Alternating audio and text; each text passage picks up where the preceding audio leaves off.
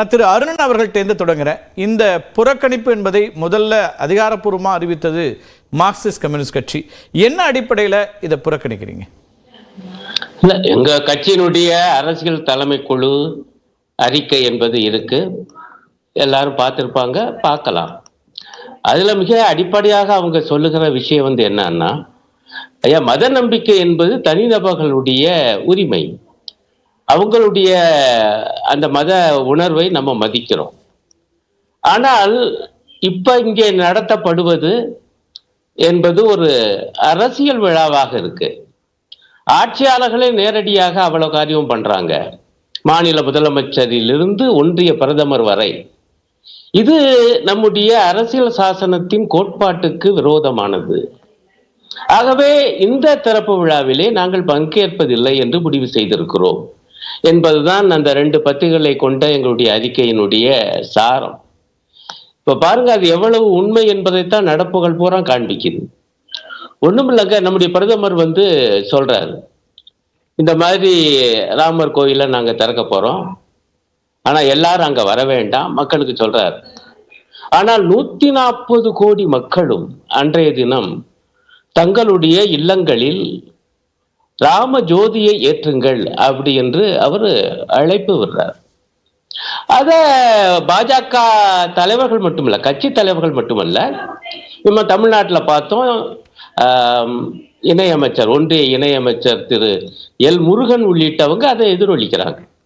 இப்ப நான் எளிமையா கேட்கிறேன், எங்க இந்த 140 கோடி பேரும் எல்லா மதத்தையும் சார்ந்தவங்க, இந்து மதத்திலையும் பல பிரிவுகளை கொண்டவங்க, அவ்வளவு பேரும் ஒரு மத பிரிவு கடவுள், அவருக்காக ஜோதி ஏற்ற வேண்டும் என்று நாட்டின் பிரதமர் சொல்லுவது, வேற யார் வேணாலும் சொல்லலாம், ஆனால் நாட்டின் பிரதமர் சொல்லுவது என்பது நம்முடைய அரசியல் சாசனத்தின் முகவுரையில் இருக்கக்கூடிய மதச்சார்பற்ற குடியரசு என்கிற கோட்பாட்டுக்கு முற்றிலும் முரணானது என்பதுதான் எங்களுடைய நிலைப்பாடு. அதைத்தான் நாங்கள் சுற்றுக்கிறோம். ஒண்ணுமில்ல, நீங்க பிற மதத்தவரை விட்டுடுங்க, எப்படி 140 கோடி பேர் விளக்கேத்துங்கன்னா முஸ்லிம்களும் கிறிஸ்தவர்களும் எப்படி விளக்கேற்றுவாங்க? விளக்கேத்துன்னு சொல்லுவது என்ன நியாயம்?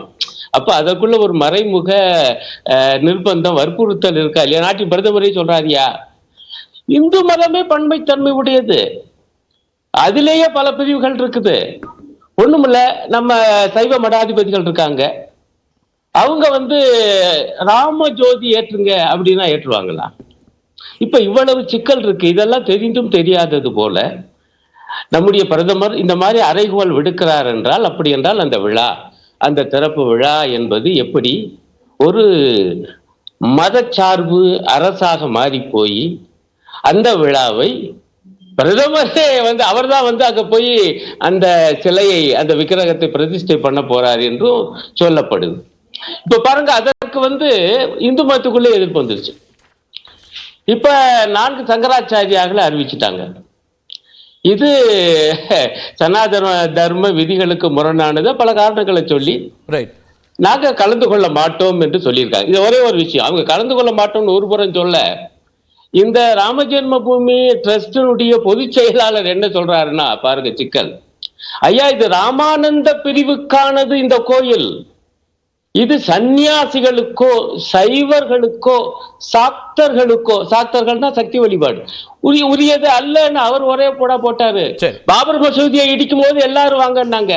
இப்ப கோவில் கட்டி முடிச்சா இது ராமானந்த பிரிவுக்கு தான் சொந்தம், சைவர்கள் கூட நம்ம போலாம். நீங்க சொல்லக்கூடியதுல இது எல்லோருக்குமான கோவில்னு இதை எப்படி நீங்க பார்க்க முடியும்னு கேக்குறீங்க. இந்த நிகழ்ச்சியை நடத்துறது அறக்கட்டளை கோயில், அவங்களே சொல்றாங்க, அதுதான் நான் சொல்றேன். இந்த நிகழ்ச்சியை நடத்துறது ராமஜென்ம பூமி அறக்கட்டளை, அவங்க அழைப்பு விடுக்கிறாங்க, அவங்க இந்த நிகழ்ச்சி ஆர்கனைஸ் பண்றாங்க, அவங்க தான் எல்லாருக்கும் காங்கிரஸ் உள்ளிட்ட கட்சிகளுக்கும் அழைப்பு கொடுத்துருக்குறாங்க. இப்போ ஒரு கேள்வி என்ன எழுதுனா, இப்போ தமிழ்நாட்டில் நம்ம நிறைய குடமுழுக்குகள் பார்க்குறோம், எல்லா கோவில்களுக்கும் குடமுழுக்கு நடக்குது. அந்த குடமுழுக்கில் அமைச்சர்கள், முன்னாள் அமைச்சர்கள், பல்வேறு கட்சியினர், பல்வேறு அமைப்பினர் அப்படின்னு எல்லாருமே போய் பங்கேற்கிறாங்களே, அது போன்ற ஒரு நிகழ்ச்சியா இது ஏன் பார்க்கல நீங்க? இது ஏன் அரசியலா பார்க்குறீங்க? இல்ல, முதல் விஷயம், இது தனிப்பட்ட வரலாறு. நீங்க அறநிலைத்துறையின் கீழ் இருக்கக்கூடிய தமிழ்நாட்டில் நீங்க கேட்கிற கேள்வி நியாயமானது. பல நூறு ஆண்டுகள் பழமையான கோவில்கள் குடமுழுக்கு. அதை அறநிலையத்துறை நடத்துது அதிகாரபூர்வமா. அதற்கு அறநிலையத்துறை அமைச்சர் போறாரு, பக்தியில ஈடுபட்ட பிற அமைச்சர்களும் போகலாம். இது நடக்குது. ஆனா இதனுடைய வரலாறே வேற. எங்கேயாவது நடக்குமாங்க? ஜனசங்கம் என்கிற ஒன்று 1951 உருவாக்கப்படுதுங்க RSS ஆல. உருவாக்கும் போதே அவங்க அதுக்கான 3 லட்சியங்கள்ல ஒன்று பாபர் மசூதியை இடித்து அந்த இடத்தில் ராமருக்கு கோயில் கட்டுவோம். இதற்காகவே ஒரு கட்சி. அதை இன்றைக்கு சாதிச்சு காட்டிட்டோம்னு அவங்க சொல்ல வர்றாங்க.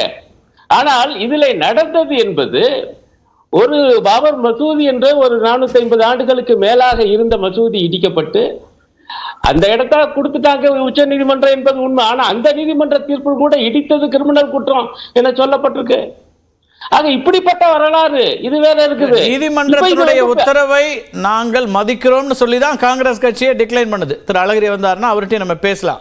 Abiding the supreme court judgement அப்படின்னு சொல்லிட்டு தான் respectfully we are declining this invitation அப்படின்றாங்க. இல்ல நான் சொல்ற பாயிண்ட் மிச்ச கோவில் போல இது அல்ல. இதுல உள்ள வரலாறு இப்படி இருக்கு என்பதை தான் நான் இது வேறா பார்க்க வேண்டியிருக்கு. மற்ற கோயில்கள் போல இதை பார்க்க முடியாதுன்றீங்க. முதல் கட்டத்தை எடுத்துக்கிறேன். திரு ஸ்ரீனிவாசன் அவர்கள்ட்டையும் கேட்கிறேன். சங்கராச்சாரியர்களே இதை எதிர்க்கிறார்கள், நாங்க எதிர்க்கிறத விட்டுருங்க அப்படின்னு ஒரு கருத்தை திரு அருணன் முன்வைக்கிறார்.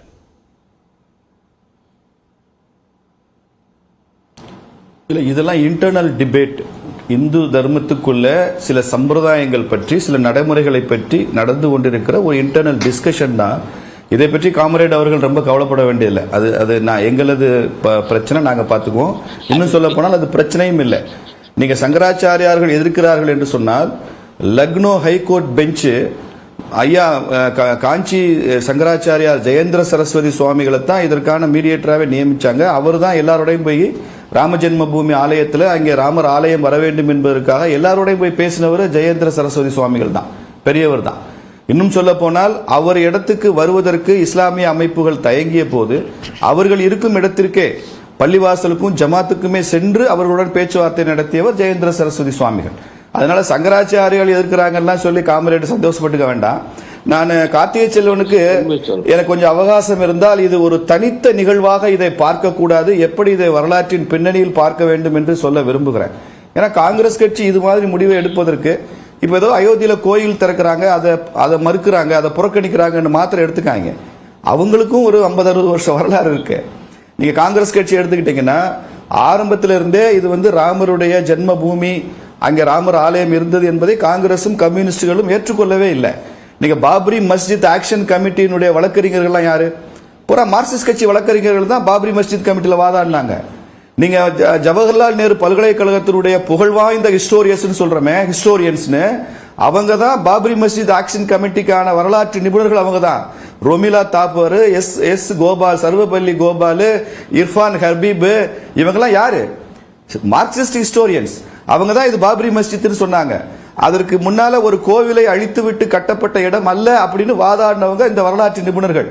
ஆனால் தொல்லியல் துறை தோண்டுகிறது, தோண்ட அங்கே ஒரு இந்து ஆலயம் இருந்ததற்கான சாட்சிகள், தரவுகள் கிடைத்துக் கொண்டே இருந்துச்சு.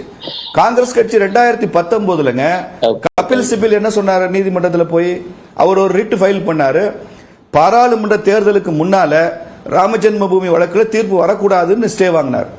அதற்கு முன்னால ராமசேது விஷயத்துல தமிழ்நாட்டில் ஷீலா தீட்சித்னு ஒரு அம்மையார் அமைச்சராக இருந்தாங்க. அவங்க காலகட்டத்தில் காங்கிரஸ் கட்சி கொடுத்த அபிடவிட்ல ராமன் ஒருத்தர் இந்தியாவில் பிறக்கல, அது ஒரு கற்பனை பாத்திரம், அது ஒரு புராண பாத்திரம், மித்தாலஜிக்கல் கேரக்டர், அதை நாங்கள் ஏற்றுக்கொள்ளவில்லைன்னு சொல்லி மத்திய அரசாங்கம் அதை போய் அபிடவிட் கொடுத்தது. நாடு முழுக்க அப்படியே கொந்தளிச்சு போனாங்க.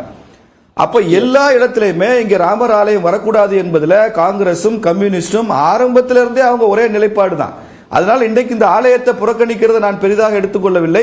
இந்த ராமர் ஆலய திறப்பை புறக்கணிக்கிற கட்சிகளை மக்கள் புறக்கணிப்பார்கள் என்பதை 24 அவங்க பார்க்கத்தான் போறாங்க. இதுல ஒரு வரலாறு சொல்றேன். அந்த சோமநாதபுரத்துல சோம்நாத் ஆலயத்திற்கு நேரு அவர்கள் போகலங்கிற விமர்சனத்தையும் அதுல இருந்தே தொடங்குறாங்க. அவர் ஏன் அதுல பங்கேற்க மறுத்தார்?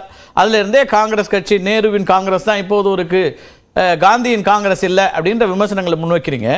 ஆனா இப்போ என்ன கேள்வி இருக்குன்னா, இது சாஸ்திரத்துக்கு எதிராக இருக்கிறதுன்னு ஆச்சாரியர்கள் சொல்றாங்க, சங்கராச்சாரியார்கள் சொல்றாங்க. முழுமை அடையல, அதுக்கு முன்னதாகவே திறக்கிறாங்க அப்படின்னா தேர்தலுக்கு முன்னதாகவே இதை திறக்கணுங்கிற அரசியலுக்காக தான் நாங்க ஒதுங்குறோம்னு இவங்க சொல்றாங்க. அப்ப அந்த அரசியலை பிஜேபி மையப்படுத்துதா? அந்த விமர்சனத்துக்கு உங்க பதில் என்ன? தேர்தல் அரசியலுக்காக இது பயன்படுத்தப்படுதா? நான் தெளிவா சொல்லிட்டேன்.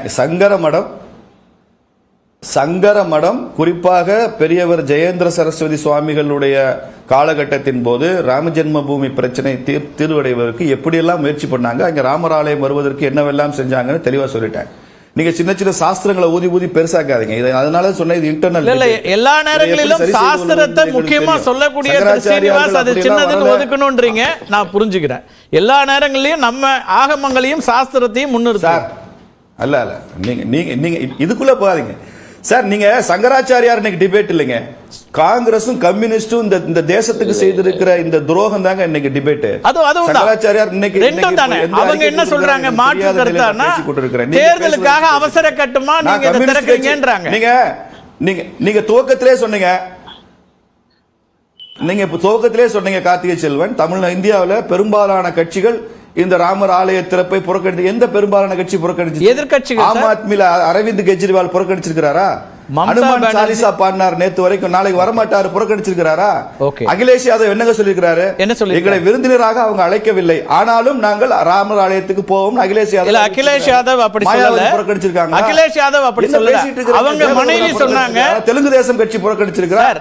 ஜெகன்மோகன் ரெட்டி புறக்கணிச்சிருக்கிறாரா? இல்ல சார், மம்தா பானர்ஜி இதை நான் புறக்கணிக்கிறேன்னு அறிவிச்சிருக்கிறாங்க. இதுல அவங்களுடைய எக்ஸாக்ட் டேர்ம்னா நான் சொல்றேன் உங்களுக்கு. அதே போல மார்க்சிஸ்ட் கட்சி சொல்லுது, காங்கிரஸ் கட்சி சொல்லுது. இவரும் நீங்க அகிலேஷ் யாதவ் பங்கேற்பதா சொல்லல. அவருடைய மனைவி சொன்னாங்க எனக்கு அழைப்பு இல்லை, ஆனாலும் நான் ராமர் கோயிலில் திறந்த பிறகு போய் வழிபடுவேன் அப்படின்னு சொன்னாங்க. இப்ப காங்கிரஸ் என்ன சொல்லுதுன்னா, இவர் சித்தராமையா சொல்றாரு நாங்களே நிறைய ராமர் கோயில் கட்டி இருக்கிறோம், அது பிரச்சனை இல்லை, ஆனா அயோத்தியில இவங்க அரசியல் பண்றாங்க, அதனால நாங்க ஒதுங்குறோம்ன்றாங்க. இல்ல கார்த்திகை செல்வன் சார், அவர்கிட்ட முடிச்சிட்டு வந்துடுறேன். திரு கே சதுகிரி வந்துட்டாங்க. நம்ம முதல் சுற்று முடிச்சு. ஆலயம் இல்ல, அங்க ராமர் பறக்கல. அங்க ராமர் ஆலயம் இல்ல, அது மசூதி தான் சொன்னது அரசியல் இல்லையா? அங்க ராமர் பிறந்த இடம், அங்க ராமர் ஆலயம் இருந்ததுன்னு பிஜேபி சொன்னா அது ஆன்மீகம் இல்ல, அரசியல். ஆனால் அங்க மசூதி தான் இருக்குன்னு கம்யூனிஸ்ட் கட்சி காங்கிரஸ் கட்சி சொன்னா அது ஆன்மீகமா? அதுவும் அரசியல் தானே. இன்னும் சொல்ல போனா காங்கிரசும் கம்யூனிஸ்டும் இதுல அரசியல் செய்ததுனால தான் பாரதிய ஜனதா கட்சி தலையிட வேண்டிய அவசியம் இருக்கு. அருணன் ஒரு தவறான தகவலை சொன்னார். 1980 பிஜேபி ஆரம்பிக்கும் போதே இது ராம ஜென்ம பூமி, இங்க மசூதி இடிப்போம்னு அவங்க சட்டத்தில் சொல்ல இல்லையே. 89 பாலாம்பூர் தேசிய செயற்குழு கூட்டத்தில் தான் முதல் முறையாக பாரதிய ஜனதா கட்சி இது ராம ஜென்ம பூமி, அங்கே ஆலயம் கட்டப்படும் என்ற தீர்மானத்தையே முதல்ல அது பிஜேபி சொன்னது. அப்பதான் அது வரைக்கும் it was Vishwa Hindu Parishad agenda. அதை பாரதிய ஜனதா கட்சி ஏற்றுக்கொண்டதே எப்போதுன்னா காங்கிரசும் கம்யூனிஸ்டுகளும் உள்ளே புகுந்து அரசியல் செய்த காரணத்தினால்தான். அப்ப சையது சகாபுதீன் அவங்க வளர்த்து விட்ட காரணத்தினால்தான், முலாயம் சிங் போன்ற முதலமைச்சர்கள் இருந்ததுனால்தான் பிஜேபி தலையிட வேண்டிய அவசியம் வந்தது, ரத யாத்திரை எடுத்துட்டு போக வேண்டிய அவசியம் வந்தது. நீங்க ஒதுங்கி இருந்தீங்கன்னா நாங்களும் ஒதுங்கி இருந்திருப்போம், விஸ்வ இந்து பரிஷத் கோயில் கட்டியிருக்கோம். முஸ்லிம்களும் ஏற்றுக்கொள்கிற மனநிலைக்கு வந்த பின்பும் அந்த மனநிலையை மாற்றியவர்கள் காங்கிரசும் கம்யூனிஸ்டும். விடாத பாத்துக்கலாம் அப்படின்னு சொன்னவங்க அவங்க. வரக்கூடாதுன்னு கபில் சிபில் அபிடவிட் கொடுத்தார், ரிட்டு கொடுத்தார். அதனால இது காங்கிரஸ் தொடர்ந்து செய்து கொண்டிருக்கிற விஷயங்க. இதை பெருசுபடுத்த வேண்டிய அவசியமே இல்ல, மக்கள் புறக்கணிப்பார்கள் என்பதுதான் எங்களது கருத்தாக முதல் கட்ட கருத்தா எடுத்துக்கிற திரு கே சழகிரி இணைஞ்சிருக்கார். நான் அவருடைய கருத்தை கேட்க வர பேராசிரியர் நாம பேசலாம். முதல் கட்ட கருத்தை முடிச்சிரு. அவர் கம்யூனிஸ்டுகளை பத்தி அவர் பாட்டுக்கு துரோகம்ங்கிறாரு. இல்ல அடிப்படையான விஷயம் அங்க தோண்ட கோயில், இந்து கோயில், ராமர் கோயில் வந்துச்சுன்னு அவர் பாட்டு சொல்றாரு. கோர்ட் அதை ஏற்கல, ஆனாலும் இது பொது நம்பிக்கையின் அடிப்படையில் அவங்க அந்த இடத்தை கொடுக்கிறோம் தான் சொன்னாங்க. இடிச்சது கிரிமினல் குற்றம். 450 ஆண்டு காலமாக அங்க இருந்தது மசூதி தான்.